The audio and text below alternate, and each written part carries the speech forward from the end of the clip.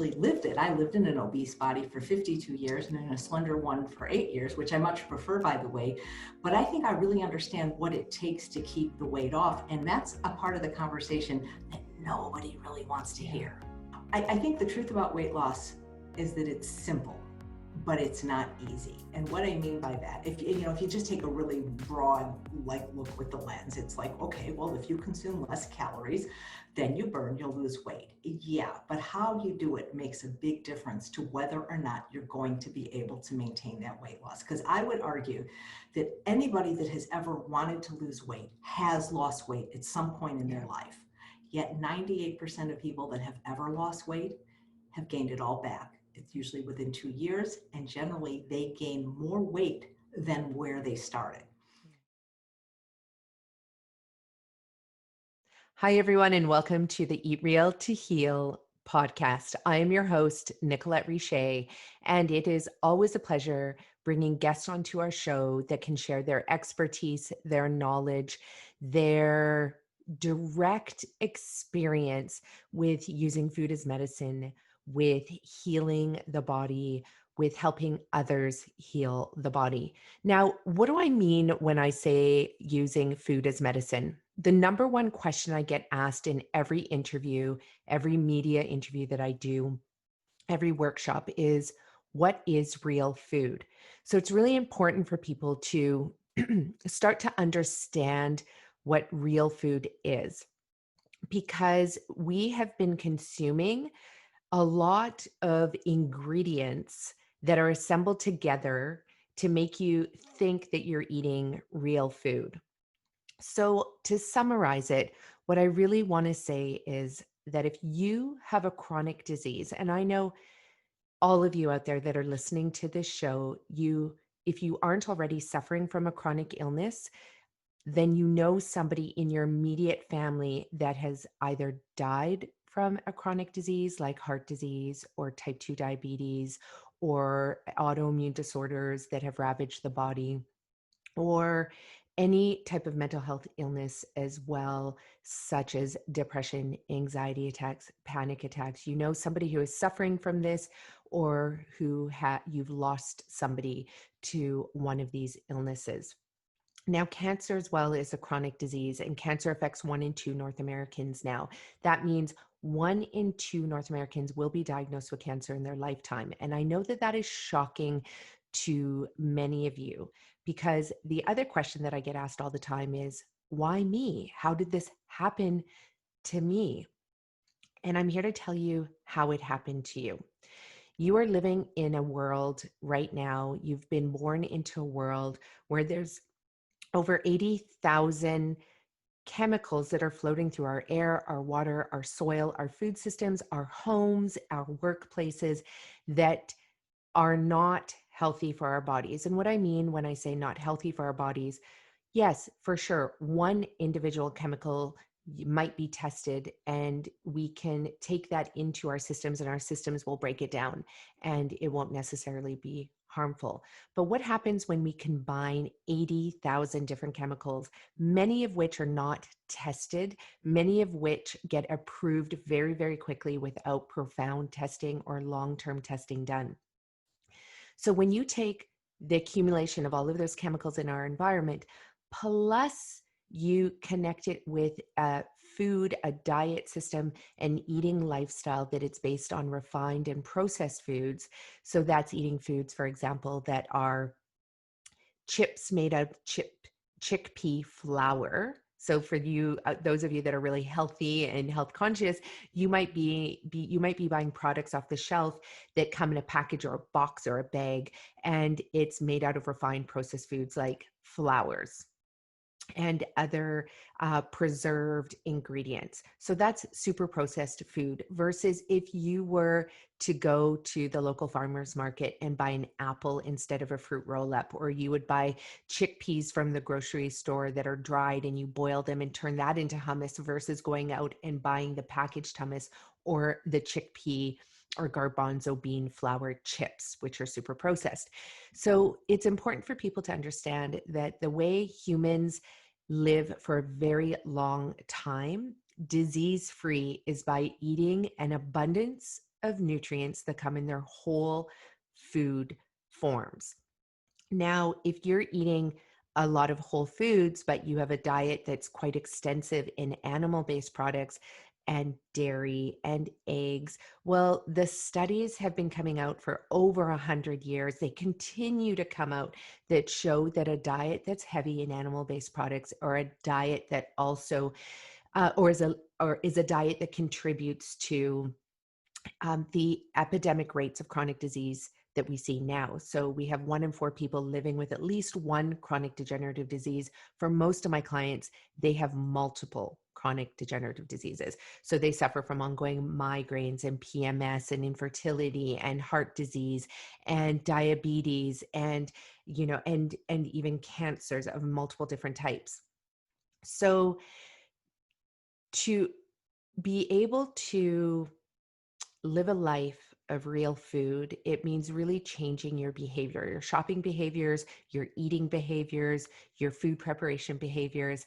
And more people are doing the opposite of that. They are actually going out, they're eating processed foods, they're eating fast foods. Fast food industry has grown tremendously over the last 50 years.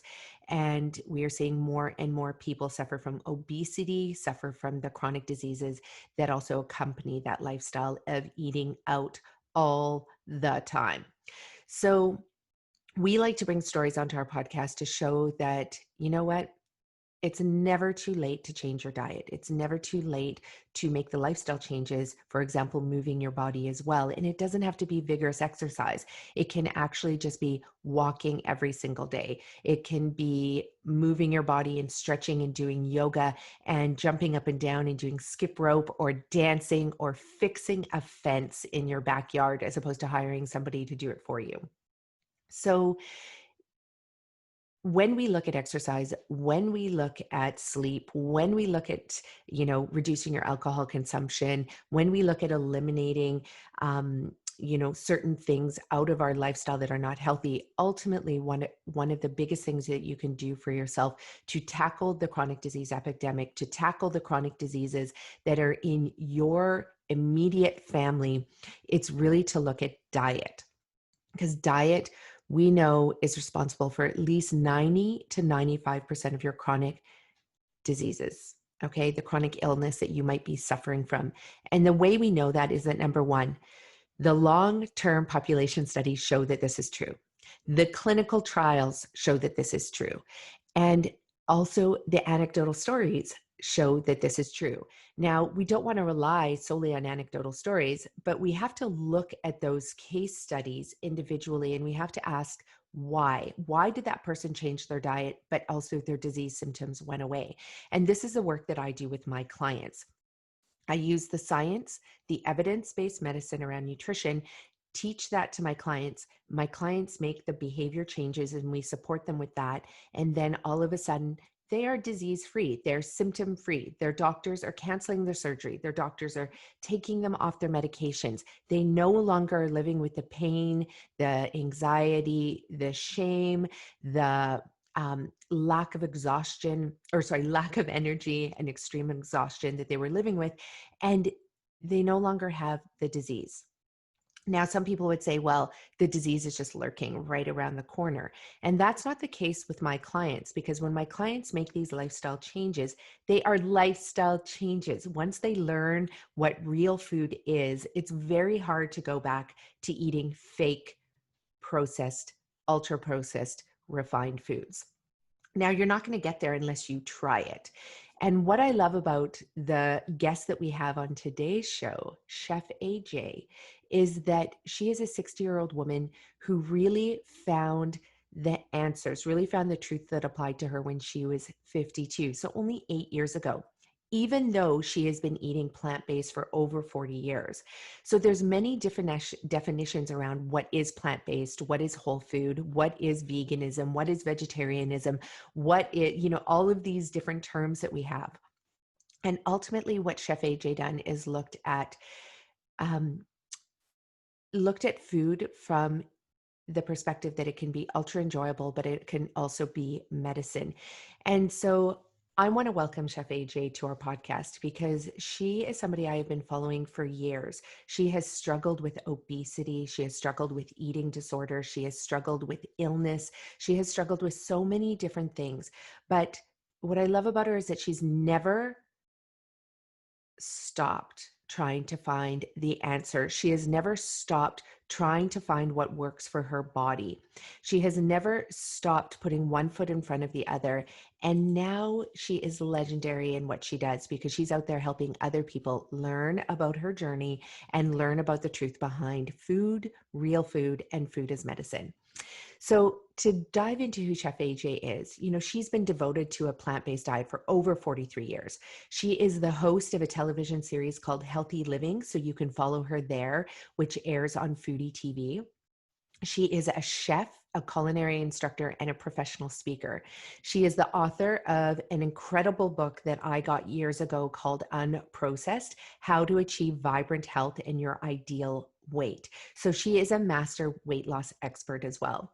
And this book chronicles her journey from an obese junk food, vegan based diet with a diagnosis of pre-cancerous polyps to learning how to create foods that nourish and heal the body. Her latest best-selling book, The Secrets to Ultimate Weight Loss, a revolutionary approach to conquer cravings, overcome food addiction, and lose weight without ever going hungry. That's such a great title for her book. It has received glowing endorsements by many, many professional scientists and luminaries in the plant-based movement.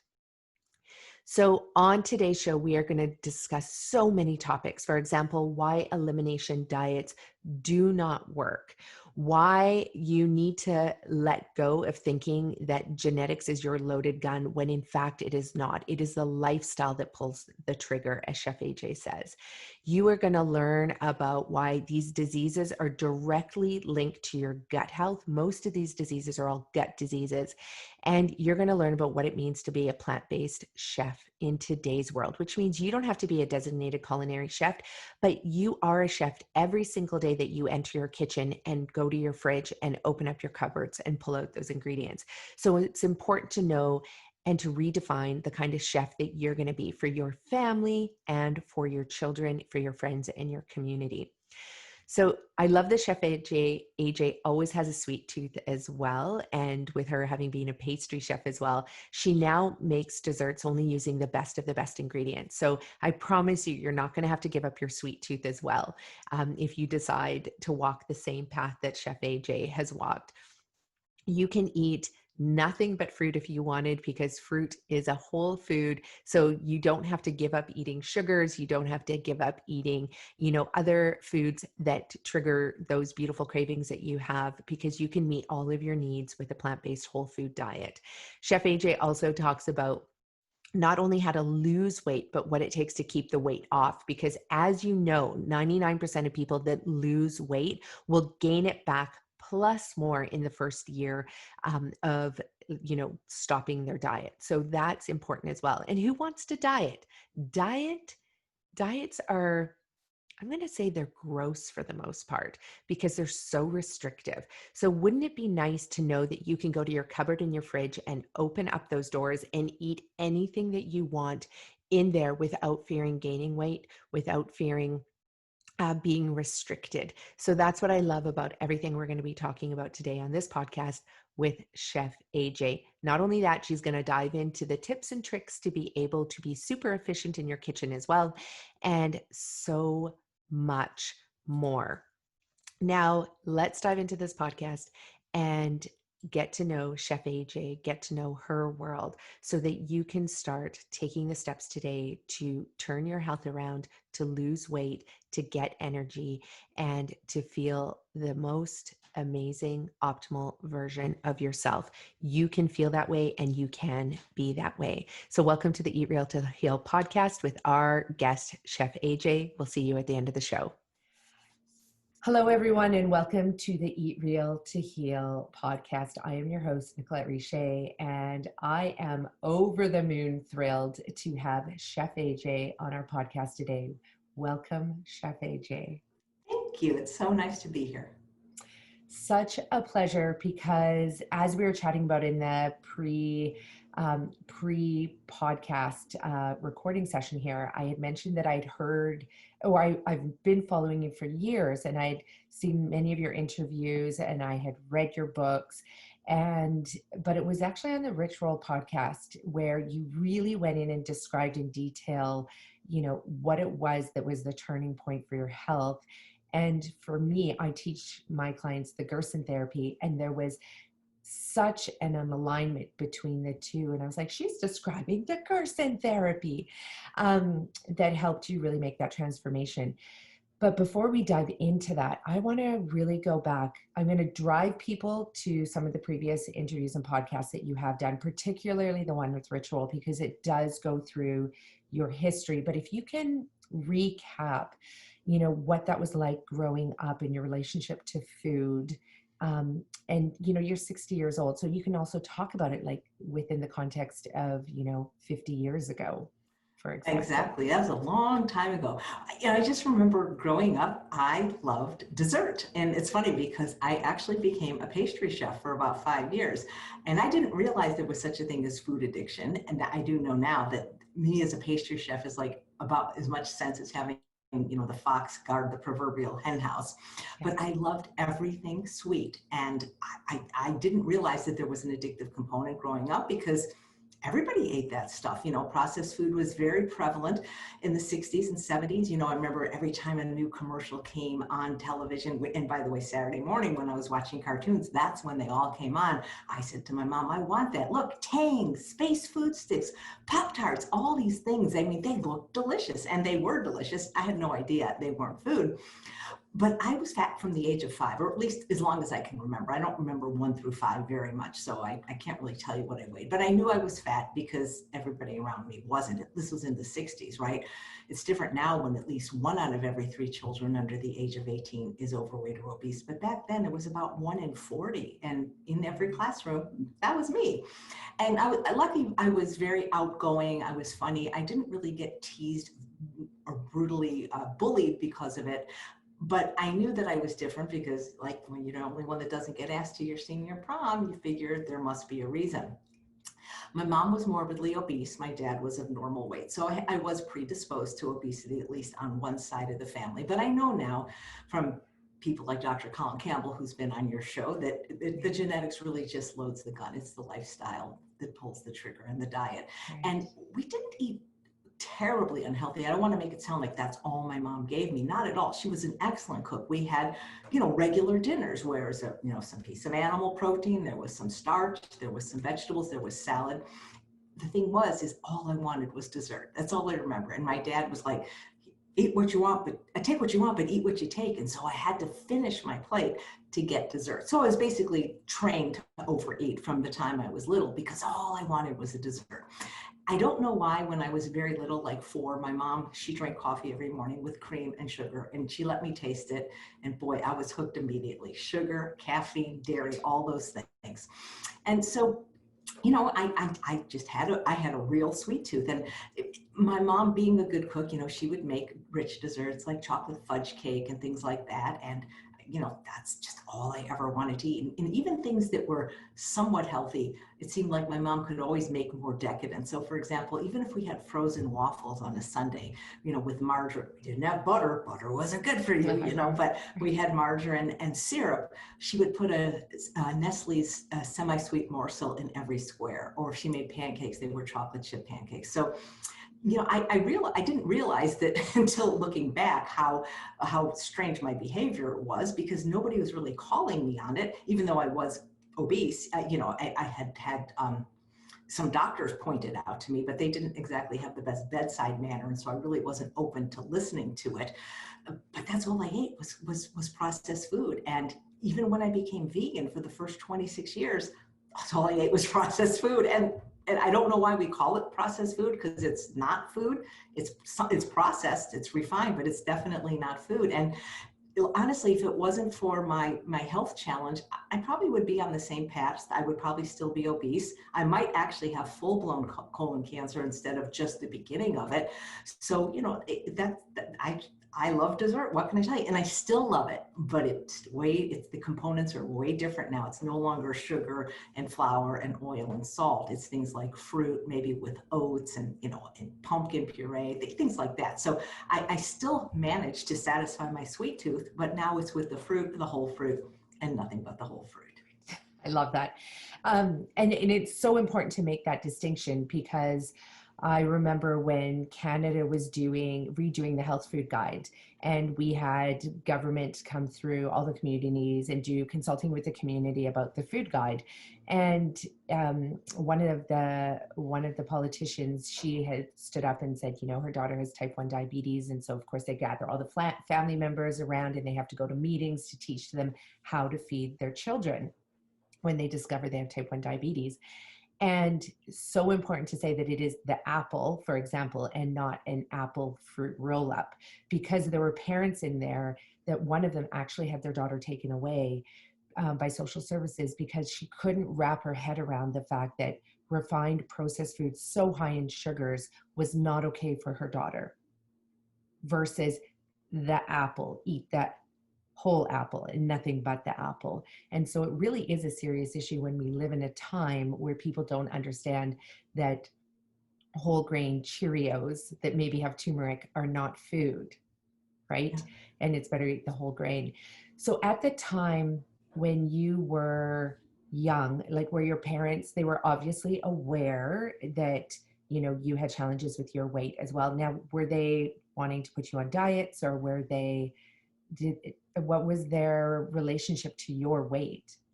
Actually, it's funny because my father abandoned us when I was pretty young, so he didn't really have much input. He was the one that was actually normal weight, although he did not eat healthy. He ate salami and all kinds of things. He had heart disease and he had heart attacks before I was even born. But my mom struggled with her weight so much. She was always on a diet. She was either on Weight Watchers or Take Off Pounds Sensibly, or getting injections with either urine from pregnant women. She did that. She was always dieting, but she never actually asked me to join her in her dieting efforts, because compared to her, I was, she was morbidly obese. I was just regular obese. Right. Right. And what was that like for you, being that 1 in 40 child in the classroom?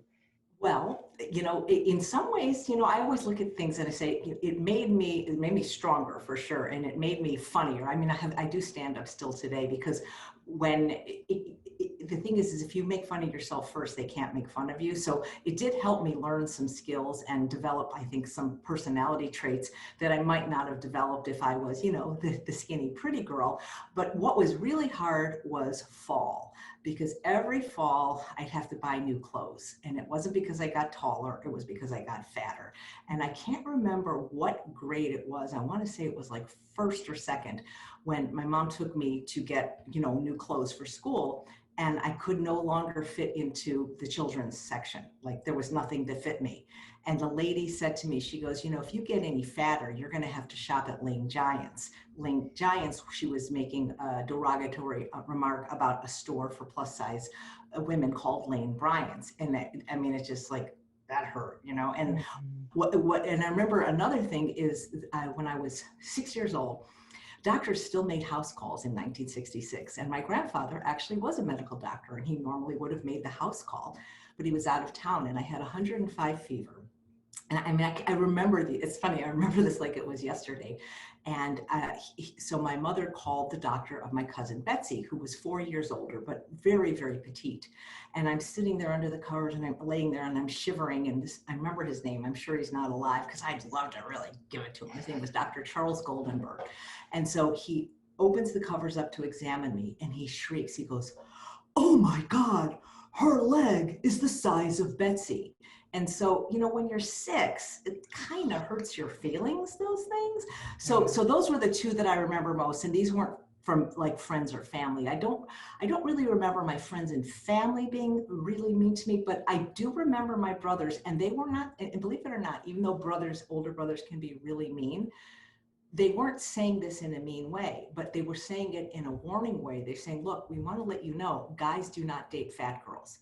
Now with 70% of the population overweight or obese, most guys, somebody is, but they were right. Back then, they didn't.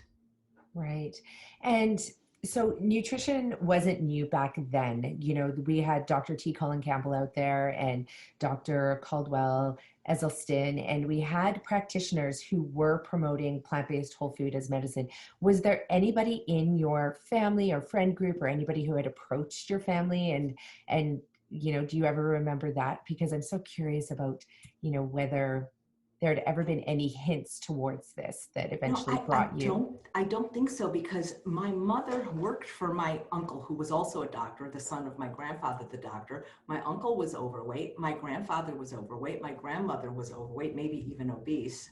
So it's like everybody was.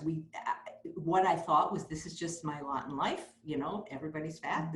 I'm going to be fat. They're fat. And the thing was, it wasn't just that everybody was overweight. They were also sick. Heart disease, diabetes, cancer. So really, I'm going to be honest, it wasn't until I was 43 years old, that was 17 years ago, when I went to the Optimum Health Institute because I had those pre-cancerous polyps, that I ever heard anyone, let alone someone in the health arena, say, what you eat has a profound effect on your health. Duh. Because even doctors that I would kind of say, like, I remember in my 20s, I had what I thought was a very good internal medicine doctor. I said, you know, I think I'm addicted to sugar. I can't stop eating. He goes, oh, you can't be addicted to sugar, as he was drinking his Tab or Diet Coke, you know. So I think a lot of times you can't blame the doctors. They didn't really get much nutrition in medical school. And a lot of them were struggling themselves. I'm old enough to remember when doctors smoked. Yeah, no, exactly. Yeah, and it's so true. And I remember those ads specifically where it was doctors promoting cigarette smoking. And they were promoting eating unhealthy foods and all the packaged processed non-foods that are out there. So then let's go into your teens then. And then what was your relationship with food in your teens? When I got close to high school, you know, you could see what was going on around you, and that, you know, who became a cheerleader and who got boyfriends and stuff. So I went on my first diet because of a comment my uncle, who is now deceased, may he rest in peace, because I don't want to really hurt his feelings for saying this, because I know on some level he was trying to be helpful. But I remember when I was about 11, when I came from Chicago to live with my aunt and uncle for a period of time while my parents stayed in Chicago to try to sell the house. And I had never really stepped on a scale because, like, you know, we just didn't have a scale in Chicago. But he did, because he was a doctor. And I don't know how tall I was at the age of 11, but I weighed 160 pounds, which is definitely obese, because I couldn't have been maybe more than 5 feet tall. And I didn't want to get weighed, but I had to, in order to go to the school. Like, I had to have like a physical, like, and he had to sign the paper as my legal guardian. And I was like the dog, the proverbial dog, when I take my dog to the vet and the vet says, well, we need to take her to the back room. And then the dog puts all four paws down, like, no, please don't take me there. That was how it was. It was like, no, I don't want to get on the scale. I don't want to get on the scale. And my uncle said to me, he goes, you know, for every pound you weigh less, I don't know how he knew I weighed 160. He must have seen enough patients. He goes, for every pound you weigh less than 160, I'll give $1 to your favorite charity. And I remember stepping on a scale and I weighed 160. And I knew that number was too high for somebody my age and my weight. So I was a little bit devastated. And I didn't do anything about it yet, but I remember it was later on when I was with my uncle. We were at a restaurant, some kind of a buffet restaurant. It's funny how, like, you know, I don't think about these things till I'm being asked, but it's like, it's as if they were yesterday. I can recall them. I don't remember the name of the restaurant and where we were, but it was a kind of a restaurant where you help yourself to a breakfast buffet. And there was this very, very large woman there, and she was wearing the kind of dress that my mom always wore, that we called them moo-moos, M-U-U. They were like fat lady dresses, right? Yeah. It wasn't like the stylish clothes you could get at Lane Bryant. It was like a shift. It was just, you know, like a tent, right?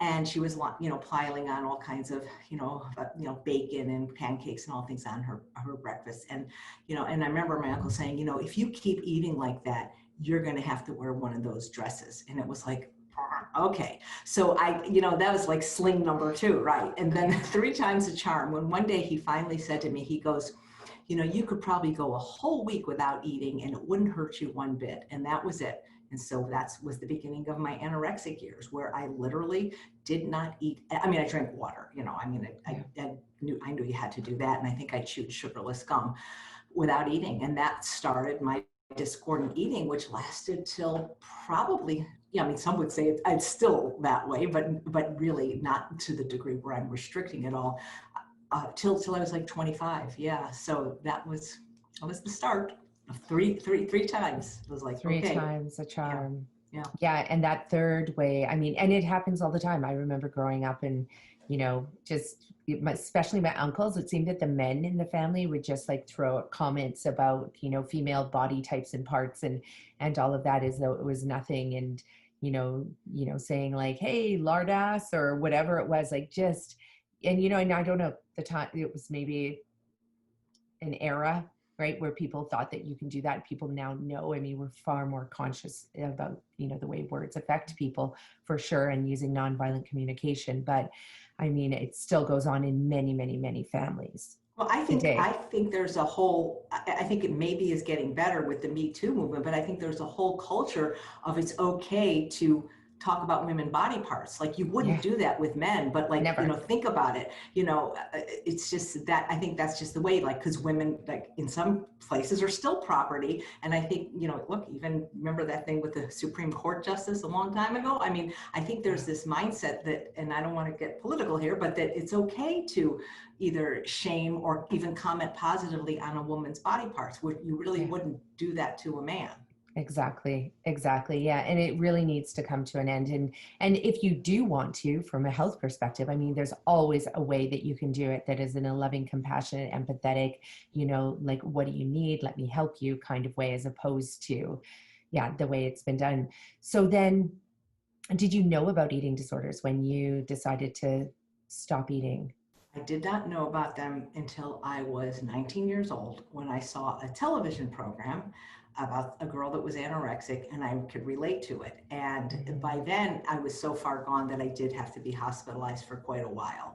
And it's funny because my mom didn't want to acknowledge it. And I remember she said, "Oh, you saw a television program and you got that in your head." No, but I really did have anorexia nervosa. And it was at a time where they didn't know very much about it. This was Mm. 1979. And it's funny because I remember reading, it's so funny how like life comes full circle, because I remember reading a book, and I think it was called Starving for Attention or something like that, written Yeah. by Cherry Boone, who's the daughter of Pat Boone. And I was recently a presenter at Rancho La Puerta. And even though her sister Debbie, who's like the real famous one, was there, I was like, oh my God, your book was so helpful to me. Because back then, no, I mean, this was before Karen Carpenter either. Nobody had anorexia, nobody knew how to treat it. And I'm sure the treatment methods got a lot better than when I was 19. Yeah. Did you end up going to a center? So you were hospitalized, but then after the hospitalization, did you go to a rehab center or anything I like didn't. that? What they did, unfortunately, I was in, this is like, I hate talking about this, but I don't, if it'll help somebody, because Yeah. they put you in a mental hospital. They did Mm. not put you, this is what they had. The first mental hospital was in Philadelphia, because what was I can't remember. I was a sophomore or junior at the University of Pennsylvania, and that's where I lived. And it was a state mental hospital, which means I was literally there with people that were murderers and rapists and arsonists. I mean, it was really, really scary. So then my family intervened, and my sister-in-law drove up from Pittsburgh to Philadelphia, put me on an airplane, and they put me in a private hospital in Los Angeles, where I didn't have, where I could sleep, because I wasn't worried that some guy was going to like kill me in the middle of the night. So that was quite an interesting experience. The hospital I was at, unfortunately, it wasn't for eating disorders. It was, because they consider anorexia nervosa a mental disease. So they give you a psychiatrist and a treatment plan, which was basically you gain weight or we put a tube down your throat and we Yeah. feed you. And the thing is I didn't want to get a tube down my throat. So I ate, but what did I eat? Not anything like I eat today, fruits, vegetables, whole grains, and legumes. I just ate processed crap, the stuff that I love, that I grew up eating. And guess what? The weight came back on more quickly than it went off, and then some. And this is the challenge. I recently had a client who, 38 years old, and she had an eating disorder when she was in her early 20s. And she went to, I want to say it was in Palm Springs, I can't remember where it was. And I'll find out if it's even still there. And I hope it is, because there she stayed for 9 months, but they only fed her whole foods. and they taught her about these incredible, and this is still 18 years ago, and they taught her all about using real foods, unrefined foods, foods without preservatives or refined sugar and all of that. And so then she came out of there thriving, and, she gained her weight back, but then she was able to go for the next, 18 years basically with just eating real clean food. And the thing though, that it was still so foreign to eat that way, plants, grains, vegetables, greens, all of that, that her family always assumed she still had an eating disorder because she refused to eat refined processed food. So it actually had the opposite effect on her life, that she was so fortunate to go to this one center that believed in real food. But then because she ate real food for the last 18 years, which it's really only become pretty mainstream that is okay to do that you're not eating like a bird or a rabbit, when you choose that.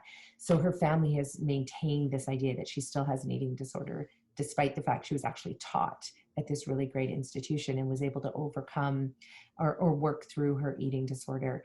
And in your case, it was the opposite, to have that processed food pretty much shoved down your throat.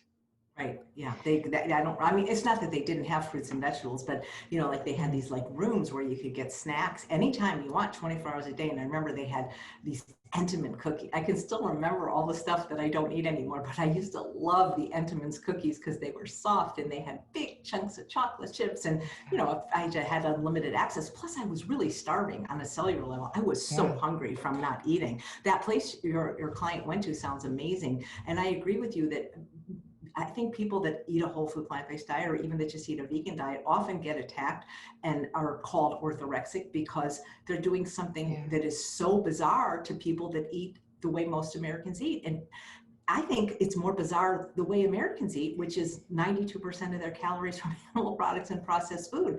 Yeah. But that is what is considered normal because it is the norm. But I'll tell you, it is not normal to eat that way. No, absolutely not. And you brought up a good point too when we were chatting just before we started recording, just about, I know you're hosting this GI Health Summit, November 14th to the 27th. 22nd. 22nd. And, and I love that you have discovered this relationship between the gastrointestinal tract and the brain, the gut-brain axis. But, how did that relate to when you were young? Like, as you learned about this relationship, about the microbiome, what do you remember from you being young and in your teens and throughout having an eating disorder around your gut? Well, I that old saying, if I only knew then what I knew now. I always say that, I'm known for what I'm known for, which is maybe food addiction or weight loss. Yeah. And one of the reasons I chose to host this summit is because another part of my life is that I've suffered from almost every GI disease from mouth to anus. I mean, nothing like Crohn's or ulcerative colitis or celiac, but just almost everything else from reflux to hemorrhoids to IBS to SIBO to ulcers, things like that. And I always had problems with my gut since I was 4 years old. And most of the time it was dismissed as being in my head. I mean, things have gotten a lot better now, but when I started to interview these experts, there was 39 of them, mostly medical doctors, mostly GI doctors. And I started learning about this thing called the gut-brain axis, how the stomach and the brain, bidirectional communication, talk to each other. And what I learned is it's not like you create the disease in your head. It's not like that. It is in your head, but it's in your gut. It's because they're talking to each other. So all these things that I suffered for, these mysterious ailments and bloating and all these things for years, were exacerbated by the fact that I had these underlying issues of anxiety and things like that. And not to say they weren't real, like you don't get SIBO from being anxious. That was caused by food poisoning, but that I was literally making myself more sick by not taking control of my anxiety, my mental state, all the things I know now to do, which is eat better for my microbiome, exercise better for my microbiome, sleep better for my microbiome, control my stress and anxiety. And so it really wasn't until all this came together and I really started controlling my stress that my GI issues, it's almost like they disappeared. Every now and then when I'm really stressed, I'll get like an inkling, but it's like I basically consider myself cured. And I think the eating disorder definitely made all the stomach stuff worse because you can't treat your body that way and expect it to to run optimally. Stuffing and, I was bulimic too, and that can't be good for your gut, and starving can't be good for your gut, and eating nothing but sugar for 43 years cannot be good for your gut. So I was not being very kind to my gut, and I realize now that health really does begin in the gut, and what's good for the gut is good for your overall health. Yeah, exactly. And, definitely the fact that, when you say that you were 4, you had these gastrointestinal issues and that contributes to the obesity. We have, there was a period of time, which I think is still prevalent in a lot of physicians' minds that, and a lot of individuals' minds that, well, if their mother was obese and father was obese and now they're obese, and, they'll say, well, there's a genetic link to that, when we know that 97% of the time it's a lifestyle issue, and it does start with that gut. So the gut is actually what contributes to the obesity, not the other way around. And that's something people need to understand, especially for the mental health side. I'll just throw out this one statistic that I think is so vital that people understand, that we only just discovered recently, that is, 95% of the dopamine and the serotonin that our brain utilizes is created by the bacteria in the large intestine.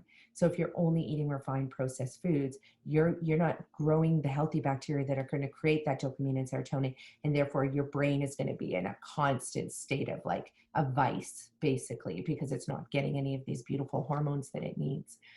And so but I learned it very late. Yeah. And, better late than never, I always say, because you are living proof that better late than never, right? Yes. And the fact that, and I just want to go back to the SIBO piece, because I get asked this question all the time by my clients. They often come to me, they've been diagnosed with SIBO, and the first thing they say is, well, my doctor said I'm going to have this for life.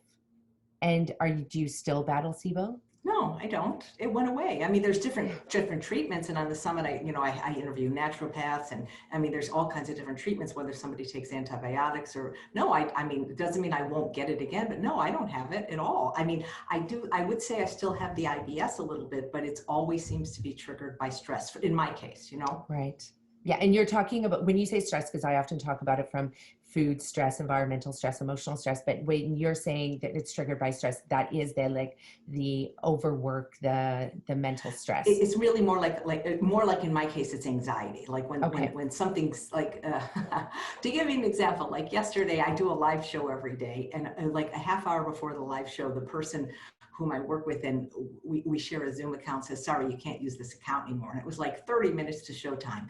And I had to get something else happening really, really quick. And so those kind of things, went bubbling up, or maybe a car accident. So it's not just like a minor stress, like somebody cut me off in traffic, but when something makes me very, very anxious, then I sometimes do get a little bit of symptoms, but it's nothing like it used to be. And, Who would tell you that they can't use? Who would tell Chef AJ that they can't use that Zoom account? No, he's a wonderful person, and he's my friend. He just waited a little bit close to the broadcast to tell me, and so I was like, what do I do? I don't know. Yeah. I tend to be wired very anxious, and that's just the way I am, and that's why it is so important for me to have healthy habits and lifestyle choices so that I can keep myself calm.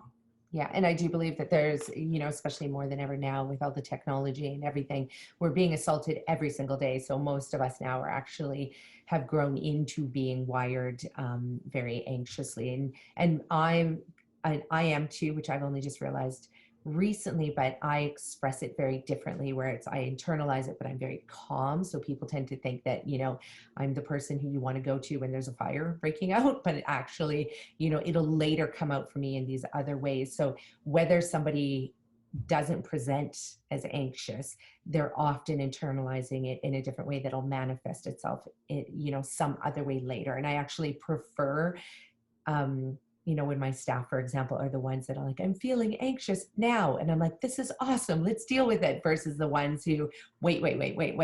And I actually think it's more detrimental for your health to not express it as readily. So yeah, it's just a different way of all of us looking at anxiousness in others. Now, I love that you're 60 years old, because you are like walking beauty inside and out with your knowledge, your beautiful body, your style, everything inside and out. And I love it because you're a living example of what aging gracefully and beautifully can be like, but it hasn't been easy. And I want to talk about that part because you mentioned earlier that obesity is all about lifelong management. And I said, hit this one home, drop the truth bombs, because you do have a workshop called The Truth About Weight Loss. Yeah, every February, this will be the third year in 2021, my partner Toby and I produce a summit called The Truth About Weight Loss. And I get to interview wonderful doctors and experts in all different fields about what is the truth about weight loss.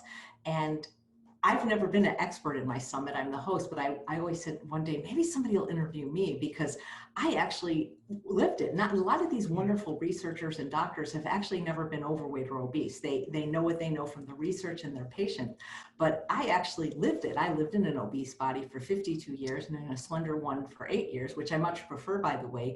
But I think I really understand what it takes to keep the weight off. And that's a part of the conversation that nobody really wants to hear. Yeah. So talk about then, what is the truth around weight loss?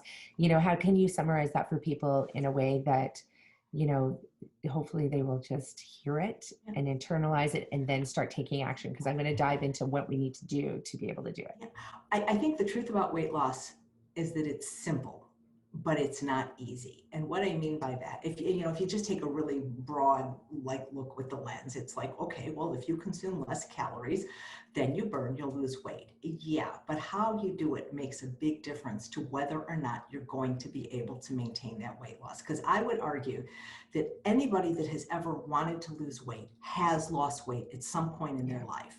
Yet 98% of people that have ever lost weight have gained it all back. It's usually within 2 years, and generally they gain more weight than where they started. Yeah. And that is for a lot of reasons, but I think one of the main reasons is people are looking to go on a diet. They're looking for a quick or a temporary fix, and you can't do that with a chronic disease. A chronic disease like obesity requires lifelong management. And so what I see happen time and time again is people will pick one system of eating, one program, one style to lose the weight, usually quickly. And then when they lose the weight, they choose another way of eating.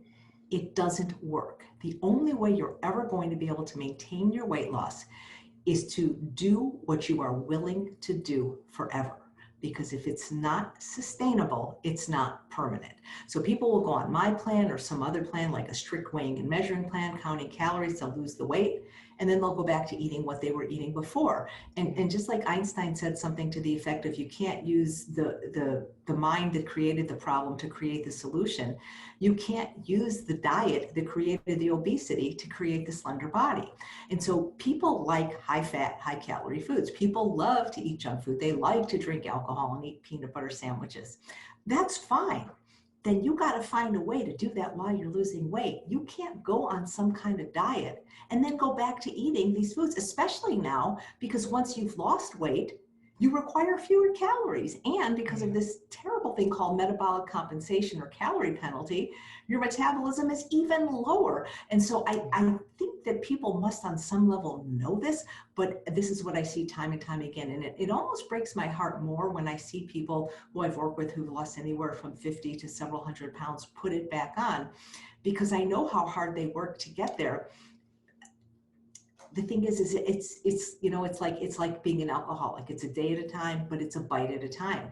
You can't then just switch it in the middle and say, okay, now that I lost weight, I'm going to go back to drinking alcohol every night or doing whatever it is. It won't work. You have to, if you want to have certain behaviors, whether they're healthy or not, or certain foods, whether they're highly caloric or not, you've got to find a way to include them now, not then.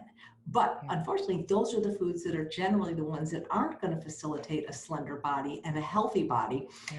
But people are so addicted to sugar, fat, and salt, and processed food and animal products like cheese that it's really, really hard, especially in a world, as my mentor, Dr. Alan Goldhammer, says, when we live in a world designed to make us sick, fat, and miserable. Everybody else around us is doing it. So it must not be that bad, right?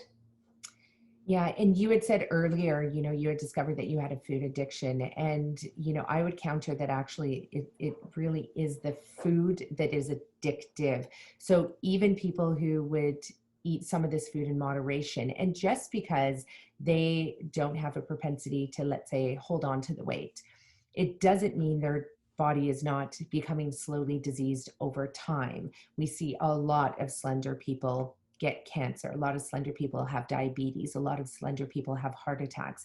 And so there's this perception that, well, if you're overweight, that means you're unhealthy. But you can also just be a regular weight, but you have metabolic disease happening all throughout your body because you're still eating these foods that are not foods in moderation. You think you have control over them, when really I think the true sign that you are not attached to these addictive foods is when you actually can say, I don't want the cheese at that party. I'm not going to have the wine just because everybody else is socializing. And I don't want it, not because I'm afraid of it or it's going to harm me, but actually because you're like, I don't need it. I don't want it. That's not how I want to serve my body. And which is the lifestyle that I take from reading your books that you live now. Yeah, I don't want it because I Yeah. know what it does to you, I'm like that cat that jumped on the stove and like I was burned, like, no, thank you, not again. And you're so Yeah. right about the fact that there are people that can remain slender eating crap, but like you said, it doesn't mean they're healthy. I can't remember the exact name of the movie. I want to say it's Fed Up, but there was a movie that came out maybe 10 or 15 years ago about childhood obesity. And they put these children that were not overweight, I'm guessing it was CAT scan or MRI, and they found out, they called it TOFI, thin outside, fat inside. And that even though they did not physically look overweight, they had the more dangerous kind of fat around their internal organs, not the subcutaneous fat, but the visceral fat. So they weren't healthy. And the fact that somebody can eat crap and be slender, that's genetic. It's not because they have more willpower than you or they're stronger. It's just because they can eat that crap, like my husband. He can eat whatever he wants. It doesn't matter what he eats. Healthy, unhealthy, he's always going to be thin. That's his whole family history. And the thing is those people are getting fewer and fewer. Yeah. Yeah. My husband's exactly the same way. He's, so incredibly thin, and he could probably live off of cheese and salami, which, that he's from Quebec City, which is French cuisine. But also if you look at his family, all the men pretty much died of heart attacks or have had heart attacks, by the time they were 45, 50 years old. And, a lot of them have Alzheimer's in the family and all of these other lifestyle diseases. And some would say it's genetic, but we know that these are lifestyle diseases. Very, very small percentage is actually genetic. So let's go back to, we've gone through when you were a child, an adolescent, then what was your 20s like at this point? Because you had now gone into the hospital. This is where they're feeding you all of this food. What was life like after that for you when you left the hospital? Well, the 20s were hard in a different way because now I developed bulimia, which I always say in some ways is worse than anorexia. And what I mean by that is anorexia is a very passive disease. I didn't have to do anything. I just didn't eat. I could just lay around. I was freezing cold, but there wasn't anything I really had to do. And I didn't have the energy to do it. And I was very depressed. And so, but bulimia, in order to keep that up, required gargantuan tasks like over-exercising, purging, taking laxatives, taking diuretics. It was like a 24-hour job. That was in many ways more devastating, that cycle. And so that's what my 20s were. And I remember, I think I was 25 years old, and I just couldn't do it anymore. And I remember, like, this is like, they say that everybody has to hit rock bottom. Not, I see a lot of people do. And I remember, saying to God, please, I can't just, because, you burn your esophagus, you rot your teeth with the acid. And I just said, please, just let me eat like a normal person and I'll accept any weight. I should have said, I'll accept any not overweight weight. Yes. But the thing is it really was like that. I couldn't do it anymore. I couldn't do it anymore. Yeah. And I love that you said, please God, let me eat like a normal person. Because I'm sure at the time you were thinking like, let me be the person who can have burgers and fries and chips, but have a normal weight. And I don't think there's anybody that can eat like a normal standard American diet that we know of. Like there's no one who's going to be able to eat like that. Very few people who are not going to pay the price. And that's shown in the statistics with 1 in 2 people getting diagnosed with cancer, 1 in 4 having diabetes, heart disease being the leading cause of death in North America, when it's not prevalent in societies that don't eat the refined foods like we do eat. So there has to be this new definition of what a normal diet is, right? I think I meant by normal mean I just didn't want to binge or purge anymore. There Totally. is so Yeah, much, no. there is so much shame with bulimia, Yeah. whereas anorexia, in a weird way, you kind of feel empowered. There's something weird that goes on when you don't eat, where like you feel like kind of better than everybody. Like, look at me, I cannot eat. And it's a crazy disease what it does to your head. But with bulimia, you beat yourself up so much because there's so much shame, because the behavior is so bizarre. But we know now that you can't be bulimic if you weren't restricting in the first place. It just doesn't exist. If there was no restriction, there'd be no bulimia. Exactly. So how did you transition through that stage of your life? I'm trying to think what no, I think I'm trying to remember. It's like a long time ago. Yeah. The 20s were okay, actually. Even though I was still fat, I remember I got a really fun job in my late 20s. Believe it or not, it's one of my favorite jobs. I started a dog walking business, and one of my clients was Michael J. Fox, and it was really fun. And I do remember enjoying my late 20s, and I still was overweight, but by then more people were catching up to me. It wasn't like I was sticking out like a sore thumb. And I went back to college because I had to drop out when I was anorexic. I was at the University of Pennsylvania, so my self-esteem was building, and things were not that bad. And then I ended up meeting my husband and getting married. So my life, that's why when I told my epic talk at the McDougal weekend, from fat vegan to skinny bitch, people were really sad in the audience. I could see, and I'm like, look, if there's a happy ending, it gets better. I promise you, it gets better. And my life has progressively gotten better. I wouldn't want to go back and redo it. I'll tell you that, though. Right. So, and I want to say, did God answer your prayers? Or, when you said, I want to eat like a normal person, I want to stop doing this because you felt the acidity in your throat, all of that.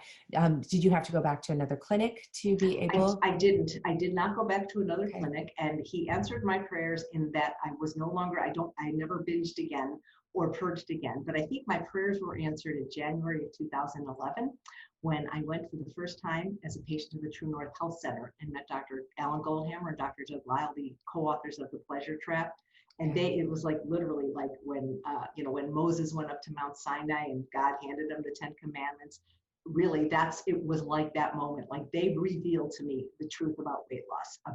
They taught me about calorie density, and it was like unbelievable. And that's really what I teach now. I didn't make any of this up. It's everything I learned from Dr. Lyle, Dr. Goldhammer, Dr. McDougal. I'm basically just saying, this is what they said. I just didn't understand it before. I was like, I needed to hear it from God. So how did you go from, growing up this way, believing that food was one way, but then how did you end up at the True North Clinic? And for those of you who don't know what the True North Clinic is, we'll put the link in the show notes. But it's a place where definitely a lot of people who have chronic disease, who are overweight, who have health issues will often go, and they teach you. You'll live there for extended periods of time, and they'll teach you how to intermittent fast, full-blown fasts, or, really just how to eat really clean, good food. So, were you at that time, were you Googling? I remember the time when I didn't have access to Google. How did you find True North?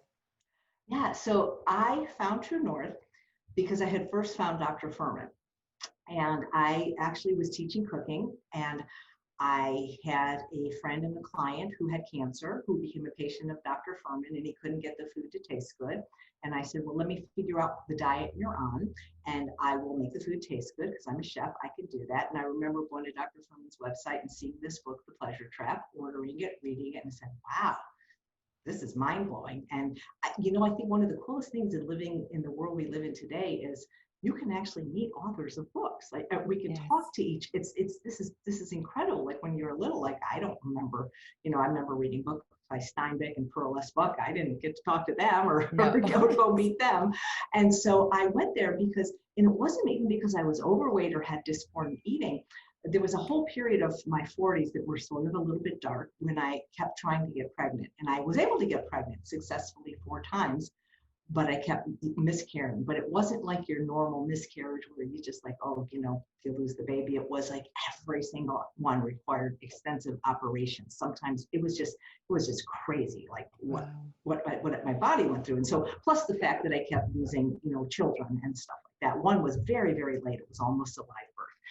Anyway, so what happened is finally, and I think I was 47, I want to say it was 47 or 49, I went on psychiatric medication. Didn't want to because I don't even like to take anything other than, my B12, and I am on thyroid medicine now, but I just being an anxious person, I'm afraid of everything, every pill, every procedure. And I remember like not wanting to do it. And I remember even going to like a naturopath doctor, and I remember him saying, look, my career is to get people off these drugs, but in your case, I think you really need to take them. So because I developed panic disorder from all these operations. It was like, I had to have all these emergency surgeries, and I'm like freaking out. So I developed panic disorder and agoraphobia. Didn't leave my house for a whole year. That's what my first book, Unprocessed, was about. Plus, it's a cookbook, so it's kind of It's a great book. Thank you. I combined those two things. And so what happened is I actually went there in an attempt to get off psychiatric medicine. And I had my consult with Dr. Goldhammer on the phone. He goes, oh, yeah, we'll fast you. You'll be here 6 weeks and blah, blah, blah. I'll get you out. You'll write your letter to work. Well, I get there. And the medical doctor said, no, we can't fast her. You can't fast people on these medicines. So I was there for only a week. I did a juice fast, but I met the secret weapon of Dr. Goldhammer and Dr. Lyle. And eventually, within, I think, a year or two, I did get off the psych medicine working with Dr. Lyle.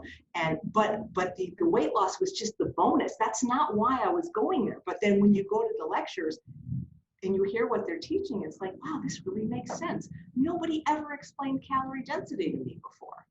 No, exactly. Can you summarize what calorie density means for people? Sure. It's like, that is my favorite thing to talk about because it's so impersonal. Because when people say, oh, I had trauma, I had abuse, that's why I'm overweight. No, it's because you don't understand calorie density. So calorie density, or it's often called energy density by a lot of the doctors. Calorie density is how many calories are in a pound of food. And why that's significant is because a researcher at Penn State University, Dr. Barbara Rolls, who wrote a wonderful series of books called Volumetrics, discovered in her eating lab at Penn State, where she studies human eating behavior, that most people eat 3 to 5 pounds of food per day. Now, that doesn't mean that a huge bodybuilder doesn't eat more, or somebody eats less, but in general, most of us eat 3 to 5 pounds of food a day to be full and satisfied. And if you understand this concept of calorie density, which is different than counting calories, because you don't need to know how many calories in half a cup of rice or a cup of blueberries. You just need to understand the average calorie density of a few major food groups. You can change that, and you can easily lose weight by actually eating more food. That's why Dr. Cornish wrote a book called Eat More, Weigh Less.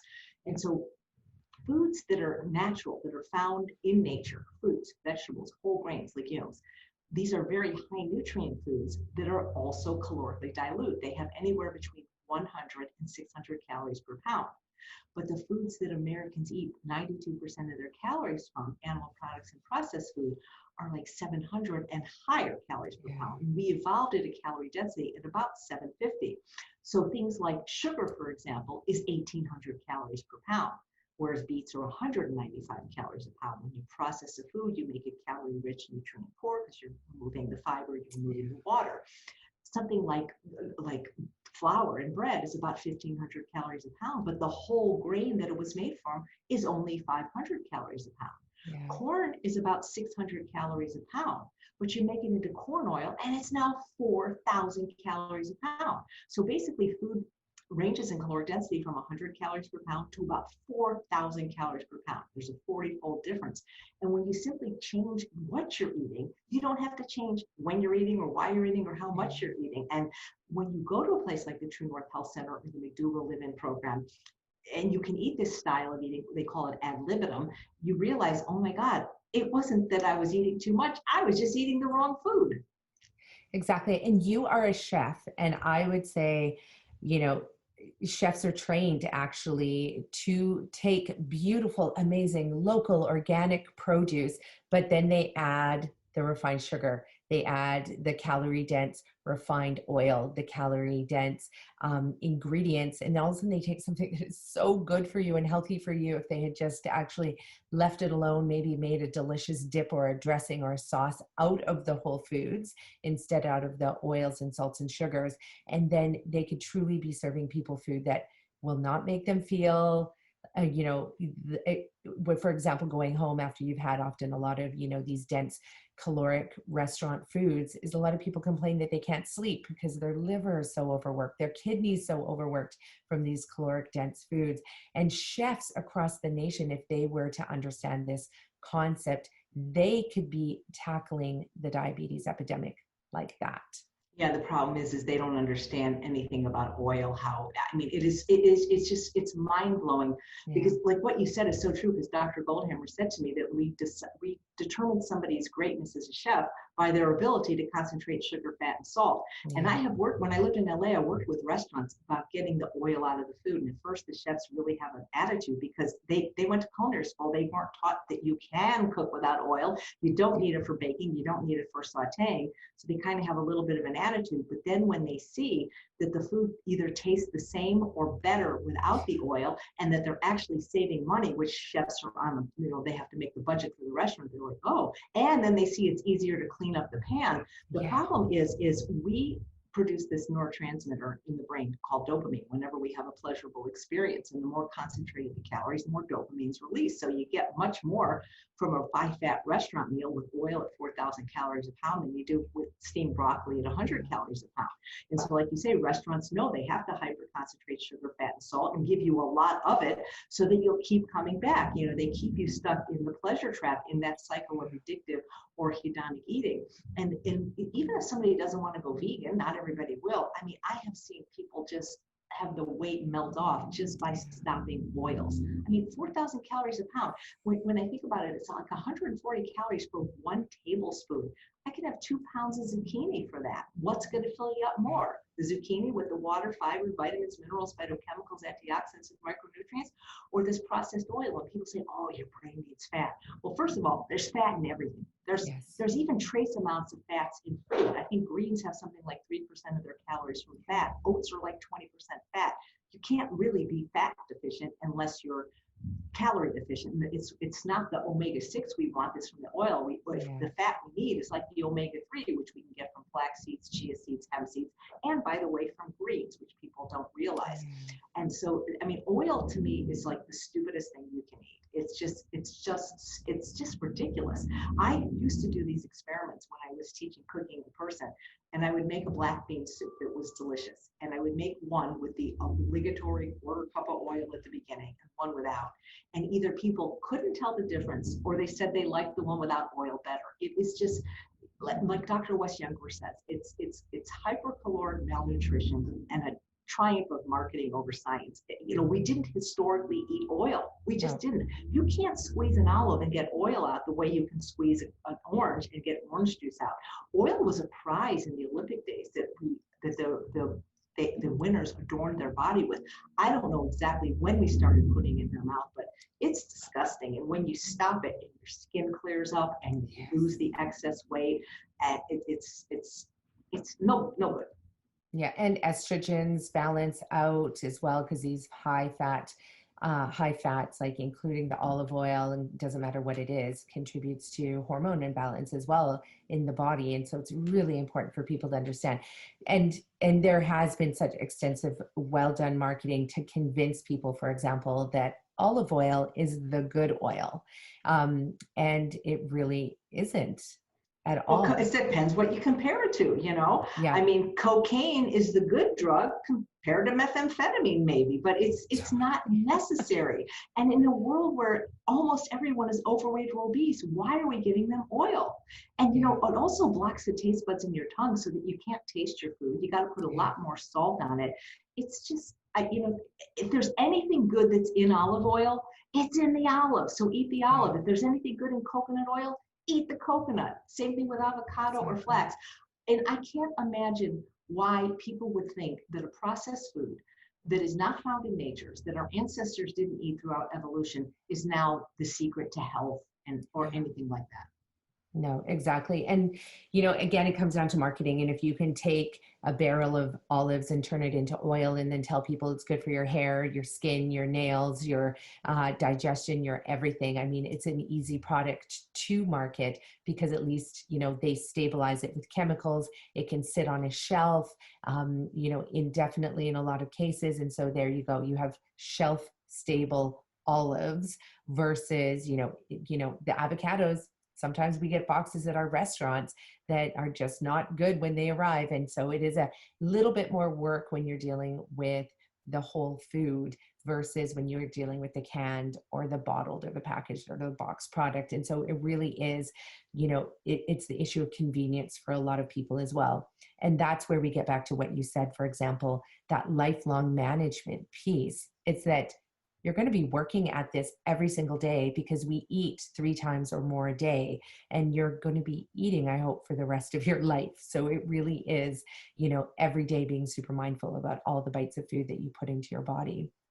When you were so as you were transitioning at True North, were your parents still around at this time? Oh gosh, no, they weren't. My dad passed away in 2000, my mom in 2003. So no, they never saw any of my Oh, success. I know it's too bad, but yeah. No. I'm sure they're watching from somewhere. And I'm sure you have lots of family members as well that have been witness to it, not to mention the thousands and thousands of people that have been witness to it as well. So then when you were at True North, can you just maybe describe what that was like to be there in addition to the education and, you're learning, you're doing this, you're watching the weight melt off. What is that experience like when people go there? I think it can be life-changing for most people because if nothing else, you're with really like-minded people. You're with the super hyper conscientious people that really want the answers and really want to get well, because nobody's going to put themselves through a fast or even a juice fast and pay money, I think, if they're not serious. And the caliber of medical care that you get and that Dr. Goldhammer gives and the lectures and the food, it's a great, and it's like $149 a day. It costs more to stay at the Marriott here for one night, and you don't get 3 meals and 2 lectures or 3 lectures a day. So it really, it's a great experience. And you meet people from all over the world too. I mean, maybe not right now during the pandemic, but in general, when it's open, I mean, I met people from India and people from Japan and people from all over the United States. And you don't feel like a freak there. That's the thing, because when everybody's doing what it feels like going home. That's what like ET, that's what True North feels like, home. Yeah, that's a beautiful way of describing it. And when you were there, because True North is, a lot of people come to me and say, I want to do a fast, I'm going to go to True North. And it's much more than that. But where did fasting play a role in this for you? So I never water fasted because, remember, at the beginning I was on psych medicine and I wasn't able to. So I did a juice fast, which was difficult. And I'm told that a lot of people, it actually is harder because you're still getting a little bit of calories. You never really go into ketosis. And so by the time I went back there, I was already on the road to being slender, that I felt like I didn't even need to, because you don't really fast to lose weight. People have to understand this is not a fat farm. We don't go to True North to lose weight. We go there to reverse chronic lifestyle diseases. In the case of somebody that's overweight or obese, where fasting can help is it can reset the palate, the taste buds quicker, so that they can neuroadapt and like the taste of the natural food. I already liked it, so I actually never did it. And it sounds very difficult, actually, to not go without food for as long as, sometimes people go 40 days there with no food, just water. Exactly. And, this is something I want to touch on because you've been to True North. And I remember I was at a physician's conference a few years ago and I took one of the pre-event workshops with Dr. Clapper, and he was amazing. He stood up there and he said, fasting is not what reverses your disease. Fasting is not what makes you skinny. Fasting is not, what gives you health. It's the work that they're doing while the person is fasting, from anywhere from a few days to the 40 days. It's where he said, it's because we teach you how to love, cook real foods. We teach you how to use them and use them in your life, because eating is what you're going to be doing for the rest of your life. And it was so good because I think, I know that now everybody's looking for that one hit wonder. So fasting is that next one hit wonder.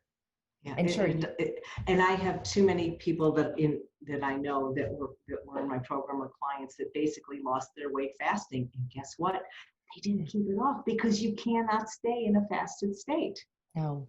Yeah. And you have to learn the lifestyle, which is what you're talking about, that lifelong management lifestyle of using food as medicine, of using food to maintain a healthy weight so that, you are living optimally. So, what happened with, I've heard you talk about this before, but I'd love for you to touch on it again, because people will have heart disease and they'll take the meds and they claim that they don't have heart disease anymore because they have low blood pressure, et cetera. Same thing with diabetes. But the one thing that they can't seem to overcome with the medication is the energy, right? The energy is the one thing that everybody craves. So touch on that, what that was like throughout your life, and then discovering True North, and then discovering this way of life. Well, it's funny because now that I've been off sugar for so long now, my energy is through the roof, because my energy that I used to have from sugar and caffeine, that was not really real energy. That was drugged energy. And this is the real energy without caffeine, without stimulants, without chocolate, without sugar. So I have a lot of it. And I mean, it's not that I never get tired. I work hard, I get tired, but I get tired appropriately in relation to how much exercise or work I've done. And I sleep well. And I don't know, it's just, I just wish people could know how good they're going to feel if they do it. And unfortunately, until you do it, you don't know. And that's the thing. It's like, people that smoke cigarettes and cough all the time, they maybe can't imagine what it's like to really breathe again until they get off the cigarettes. It's the same thing with an alcoholic that's drunk every day, can't imagine it. And it's the same thing when you reverse obesity and manage food addictions. I think you habituate to how bad you feel. Like a lot of times people that feel bad don't even really know how bad they felt until they start feeling better. But there is an opportunity to feel incredible. And I think when you go to a place like the True North Health Center, it just goes faster because that process of healing is sped up a little bit so that you can feel better quicker. Exactly. And it's so true. That energy that you feel, it's almost limitless. Every year that goes by that you live this way, your energy levels keep going. It feels like they just keep going up and up and up. And you are, being 60 years old as well. There's all of this talk around how, well, people, in their 60s, 70s, and 80s need to start introducing more protein, because as you're older, you're not metabolizing protein as fast. And so that's where, it might be important to eat meat and, or a little bit of chicken and all. What are your thoughts on that? Oh my God. My thought is get thee to a lifestyle medicine doctor. So there is a specialty in medicine now called lifestyle medicine, and you can find them pretty much everywhere. And the nice thing is now, especially since the pandemic, if you can't get in to see one in person, you can get telemedicine. And these are people that understand food as medicine, and they will run your labs and they will explain to you the real truth about how much protein you need. And if you really do need more, and if you do need more, guess what? You can have more quinoa, you can have more beans, but the answer is never animal products and processed food. That's never the answer to any disease. That is what caused the disease. Yeah, exactly. And there's so much evidence to show that too, with the meat loving bacteria in our gut produces that TMAO reaction, which then stiffens our vascular system, which then doesn't allow insulin to get across, which then, lends itself to all health diseases, whether it's eye disease or heart disease or diabetes or Alzheimer's, and, even shutting down our reproductive systems. I mean, it's just, everything is connected in one. I do have to ask you, from your perspective, and this is a very, maybe a selfish question here, but I'm going to be running and cycling across Canada, which is a little over 7,000 kilometers. And I'll be doing that every single day for 75 days.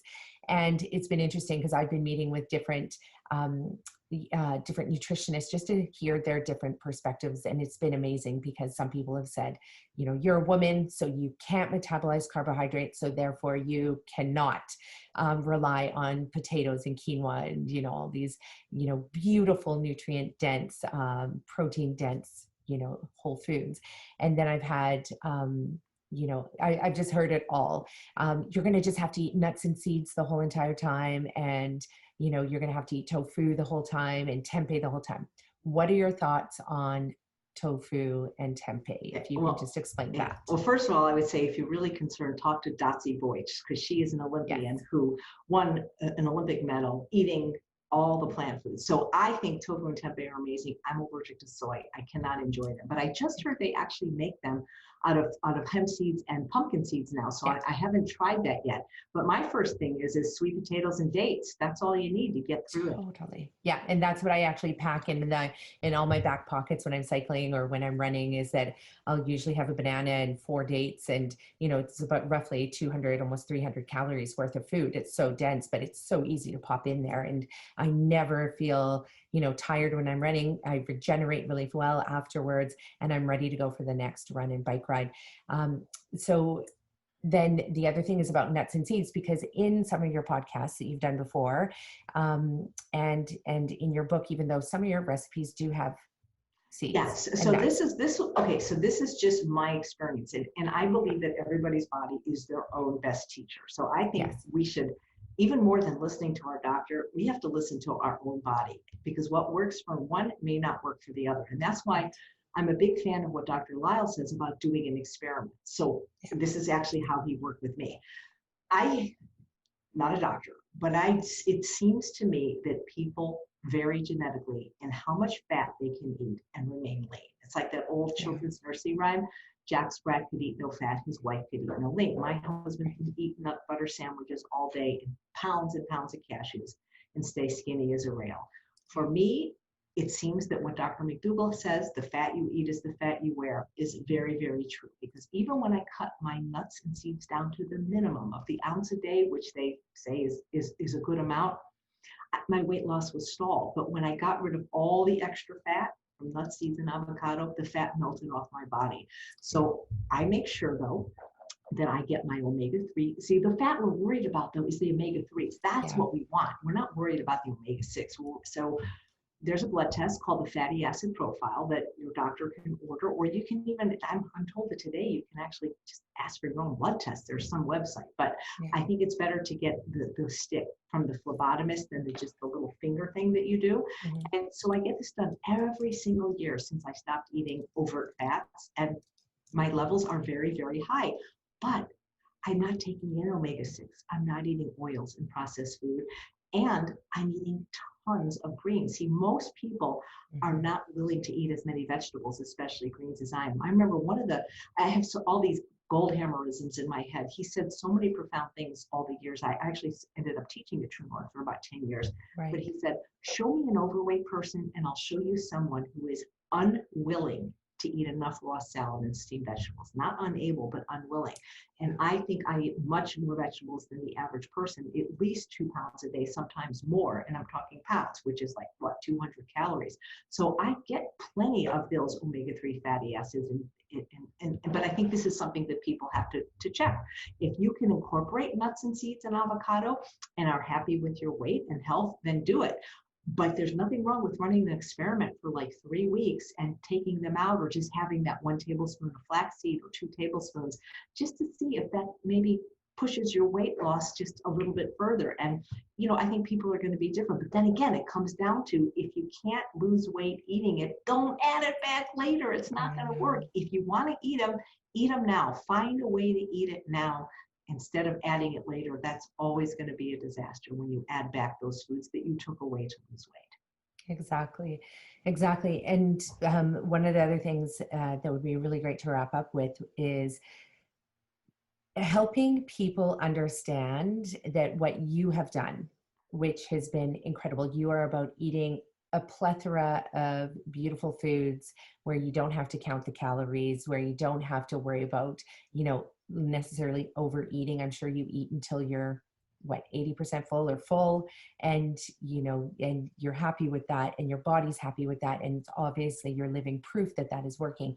But again, many of my clients will think that it's an elimination diet, doing this when you eliminate, for example, the fats and the meat and the dairy and everything. Whereas I try and get them to think of it as an abundance. So an abundance lifestyle. So can you talk to that? Because I think this is where we need to shift people's mindset, and also a lot of the nutritionists out there and the doctors out there that, often people have issues and they say, okay, well, cut that out, cut that out, cut that out, cut that out. And then eventually they're not eating anything, but they still have their health issues. They still have the weight. Well, that word elimination is an interesting word, because when you're an alcoholic and want to recover from alcoholism, you got to eliminate alcohol. So if you have a chronic lifestyle disease, you have to eliminate the foods that caused it. I mean, so I don't think it's necessarily a bad thing. There is something called an elimination diet that people often use for allergy testing, where they have a specific goal in mind. But to me, if you're eliminating toxic chemicals, that's a good thing, not a bad thing. So I think I think I think they can always try it for an experiment, and if it doesn't work, you can always go back to eating it. But the thing is, when people really do what we say, it's never not worked.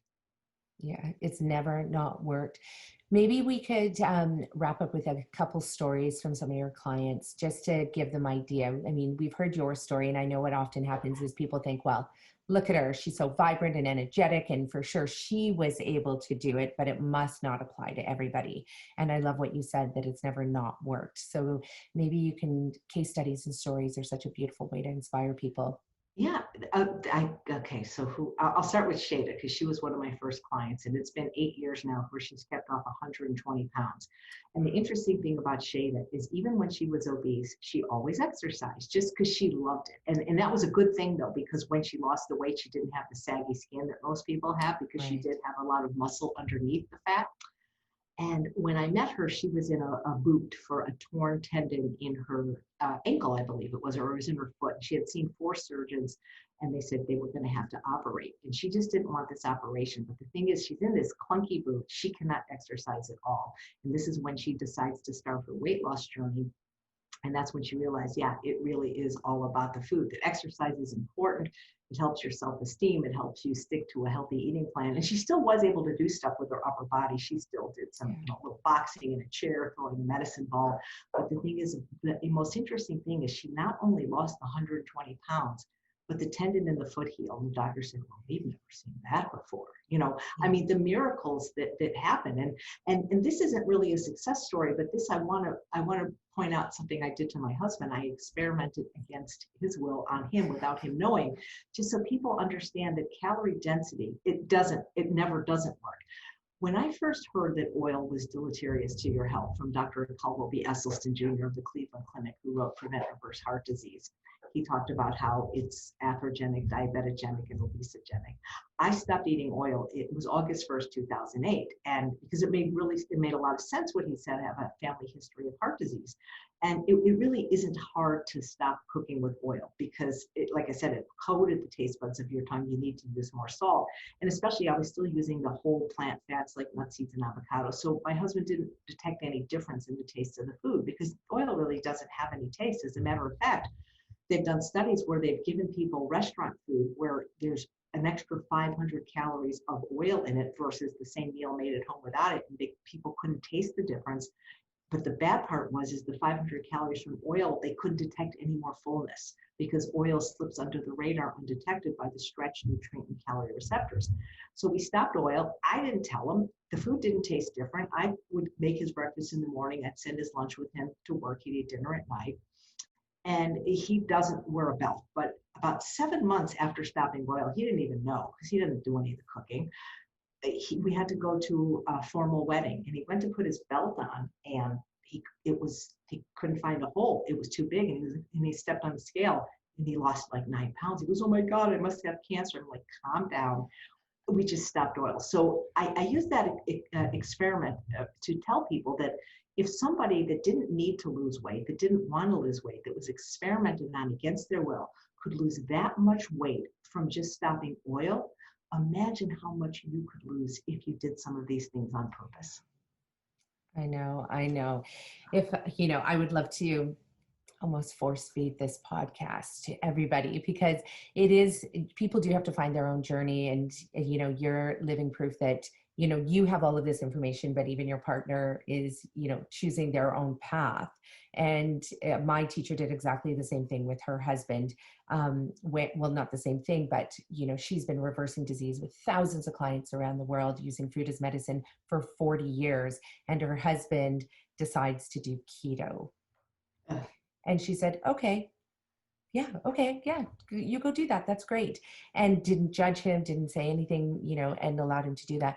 And, and it was because he wanted to lose weight, but he wasn't eating the foods that, he would always add the oils and the salt and the sugars to the food that she'd cook. And she wouldn't eat them. And sure enough, he put himself in the hospital with kidney stones and gallbladder stones. And so then she looked at him and she's like, do you want to try maybe doing what I'm doing? And then sure enough, reversed his kidney stones, gallbladder stones. And we can't force people on this path. They do have to discover it for themselves. But what are some tips for you? Or what are some of the things that, you find helps your client sort of put the 2 and 2 together to take that first step? Because that's what it requires, is just taking that first step in the beginning. Well, it's going to depend on the individual, but one thing, and this is going to sound cliche because so many people have said it, is to find the why that makes you cry. Right. Why do you want to do this? Because if you're just trying to fit into a dress for your daughter's wedding, you will be able to accomplish that goal. But then the minute the wedding's over, it's all going to come back and then some. And that's the thing about these keto diets. They're not only, they're dangerous, like you said, and the weight loss is short term because they're losing weight in the short term, but mortgaging their health in the long term. Not to mention what I learned in the GI Health Summit, what they're doing to their microbiome with these horrible high animal fat and animal protein diets. So why do you want to do this? Because if you don't really have a compelling reason, it's anybody can do anything for a short time. The motivation doesn't last, but for a short time, you could white knuckle it, you can use willpower. But if you don't really have a strong, compelling reason, you're probably not going to stick to it. Now, my reason is when I finally lost weight the third time and it stuck, it's because I was in a wheelchair and I couldn't even go to the bathroom by myself. And I was embarrassed and I was humiliated. And I was too fat to use the wheel to do it. I couldn't take care of myself. And I'm like, I'm 50. This is not acceptable. And so for me, to not wanting to be in a position of having somebody wipe my butt was the why that made me cry, because to me, that was humiliating and embarrassing. And it's not what I wanted. Certainly not at the age of 50, maybe at the age of 90, I could have handled that. So that is one thing. But I think the two things, I've noticed that the people that are successful long-term have two habits in place. And when people say, oh, Chef AJ, you have so much willpower, I'm not extraordinary. I mean, maybe I am in some ways, but not. The things that sustain me are the habits, because preparation trumps motivation. And so the two things that I really teach and that I'm a firm believer on that will make people successful is, number one, cleaning up your environment, and number two, having some kind of batch cooking or preparation techniques. Because the thing is, if you don't clean up your environment, it's like the whole thing they say, like, if you're an alcoholic and you get out of rehab, you don't go back to your job if it was a bartender. And if you go, and I see this all the time with my clients that go to True North and they do so well and they start reversing their disease and they get off their insulin and they lose weight, and then they go back to the same house that made them fat and sick with the same foods. Oh, but my kids have to have, Count Chocula, and my husband has to have tortilla chips. Well, they can still have them out of the house. Because if it's in your house, it's in your mouth. And until a person is willing to make that step and statement to the universe and get rid of all the crap in the environment, I'm not going to say they won't be successful, but it's going to be a lot harder and they are going to struggle.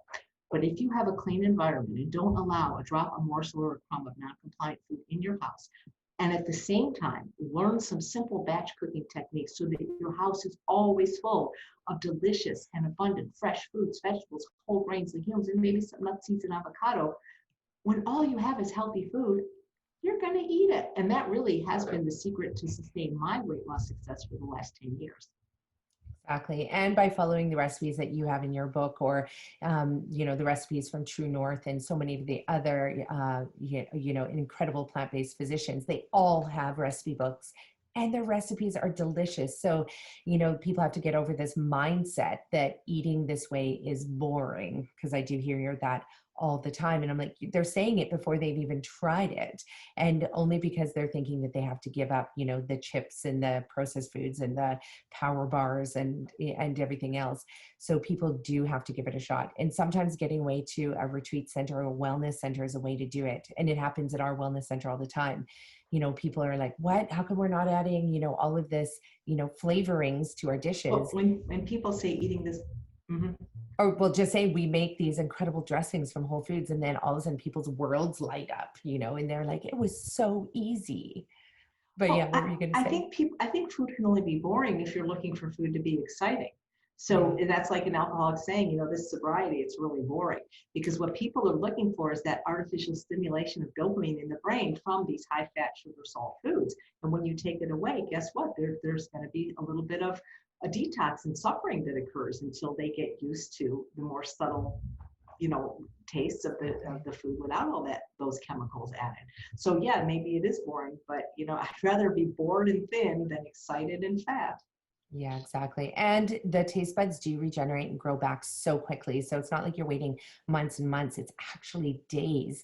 And then all of a sudden you can taste these incredible flavors in all of the foods. And it's very, very exciting. How can people work with you, Chef AJ? Well, I mean, they can see me if they want. They can see me every day, because since the pandemic started, I started doing a live show called Chef AJ Live every day at 11 a.m. Pacific time, with sometimes a bonus show at 1 or 2, where I interview amazing guests like you, doctors, chefs, just people that are doing good things in the world. And so they can connect with me that way, because I'm monitoring the chat the whole time. I have a group called Feel Fabulous Over 40, where it's a membership group that they can try it for 2 weeks for free. Sorry, what was the name of it? I call it FFOF, Feel Fabulous Over 40. It's my membership, my private membership group, but I'd be happy to give anyone a 2-week trial for free to see if this is something they like. We go live every 5 with that smaller private group. And what else do I do? I'm not doing conferences right now since the pandemic, but I've got a lot of books out there, 3, a 4th one to come. Hoping to do a podcast one day. That's in my far future, but that sounds like it would be a lot of fun. What else do I do? Oh, Weight Loss Wednesday. Every Wednesday, it's a little YouTube show. I'll have my 200th episode very soon. So yeah, they can be on my mailing list if they want to connect. So yeah, just I'm out there. So you'll get sick of me, believe me. I haven't gotten sick of you yet, because every day I, even though I've studied a lot of this, I still learn something profound every single time I listen to you. So, which is fantastic. And it just makes learning fun. Food is fun. And when we can do it in such a healthy way and live this like vigorous, abundant, amazing life that we have, it's why would you want to do it any other way? Chef AJ, it has been such a pleasure having you on our show. I have a million other questions to ask you, but I want to leave it for another time, and let people just digest, no pun intended, or maybe pun intended, all the beautiful resources that you have put out there for people. Definitely get Chef AJ's books, because like I said, the recipes in there are exciting and delicious, and you will give yourself a couple days. Your taste buds will grow back. You will love them. And True North, is it open right now? Do you know? It is. They're doing everything, the social distancing, the temperatures, things like that, the masks. But yes, it is. It's considered an essential service, so it is open. That's amazing. And do you know if it is, I heard, and I'm not in the States, so I don't know for sure, but I heard it was actually covered. It could be covered through insurance in some cases. So my understanding is the 149, which is like your gas and lodging, your room and board, right? That is not covered by insurance, but anything extra. So if you need blood tests, when you see the medical doctor, depending on your insurance, that could be covered. Okay, that is incredible. That is amazing. And we do need to do more work on the policy side to, ensure that, programs like these are covered for individuals, because it truly is the fastest and, like you said, the easiest way to support people in the reversal of their disease, which includes obesity, which contributes to so many of the other illnesses as well. Is there anything else that you want to leave with people? Did we leave any stones unturned? Well, just eat vegetables. That really, it sounds so simplistic, but your mom was right. Eat your vegetables. Makes a big difference. Regardless of what else you're eating, eat vegetables too. Fruits and vegetables, of course, but it's not so hard to get people to eat delicious cherries in season, or watermelon, or bananas. Eat vegetables. That is the secret. They have compounds in them, especially the dark green leafy and the cruciferous ones called thylakoids, that literally shut your hunger switch off. They fight cravings for hyperpalatable foods. That really is the secret. Eat vegetables, eat vegetables, eat vegetables. Chew them. Don't necessarily blend them into smoothies. That's okay too. But Yeah. chew your vegetables, eat your vegetables, and your life will change. Yeah, I agree with you there. And it is so important that you do chew your foods because that stimulates all of the other systems in the body, starting from the saliva in your mouth into your esophagus, into your digestive tract, that, you know, the acids in your stomach. It's really important to do that. I do have one question before we leave. Supplements. I know somebody's going to write to me and be like, she didn't say anything about supplements. Yeah, You mentioned B12. right. So I feel that supplements are medications, and I have a lifestyle medicine doctor, and I do what he says. Now, of course, I believe that anybody on a plant-based diet needs to supplement with B12. I think that's a given, even though they say that there's just as much B12 deficiency in people that aren't plant-based, and people don't understand that it's not because cows produce B12, it's because they eat the dirt that has the microorganisms in it. So that, I think, is a non-negotiable. And again, I'm not a doctor, but with the pandemic, a lot of the plant-based doctors are recommending extra vitamin D and zinc, but these are things I think that are best discussed with your own doctor. And so basically I take what my doctor tells me to take. I take lysine, but I don't tell you to take it. Yeah. I had a cold sore 5 years ago, and the doctor said, hey, you know, if you take lysine, you'll never get another one. I never got another, but I don't recommend to my clients or people in general. I asked my doctor what to take because he knows it, at least my doctor does, because he was the head of lifestyle medicine at Loma Linda. But I would not tell people what they need, because also there's blood tests, by the way, to see if you're deficient in B12, in vitamin D. So why supplement something that you don't even know what you're supplementing, right? And if I ever took that fatty acid profile and I was deficient, I would either start eating nuts and seeds, or I would take a vegan DHA. But I think you should get a baseline blood test and then have your doctor decide which supplements are right for you, and then take a pure one. Actually, I take the brand I take is called Pure encapsulations, and at the proper dose. But these are things I think best that you should ask your doctor, with the exception of B12, which is non-negotiable for any plant, exclusively plant eater. Yeah, exactly. And meat eaters, because I think it's shown, the research shows that 80% of the North America does suffer from a B12 deficiency, even though 95 to 98% of them are all eating meat. So it really does show that this is meat, and it's because our food is too clean, I'll say. Right. It's not grown in good soils, and then it's washed multiple times before it gets to you. Absolutely. So that's good. Soil. Yeah. And you did touch on one thing too, is that you have a doctor that understands lifestyle medicine. So for everybody listening out there, if you have a doctor who's going to tell you you don't need to take B12 and you shouldn't be plant-based or you shouldn't be vegan, it's not healthy to be these things. Because I do have, you know, the doctors and my clients will tell them that. Meanwhile, they just prescribe another medication. You can fire your doctor and get a lifestyle medicine doctor. Absolutely. Yeah.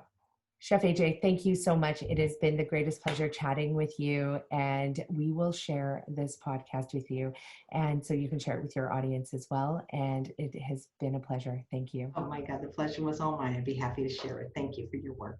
Amazing. Thank you for yours.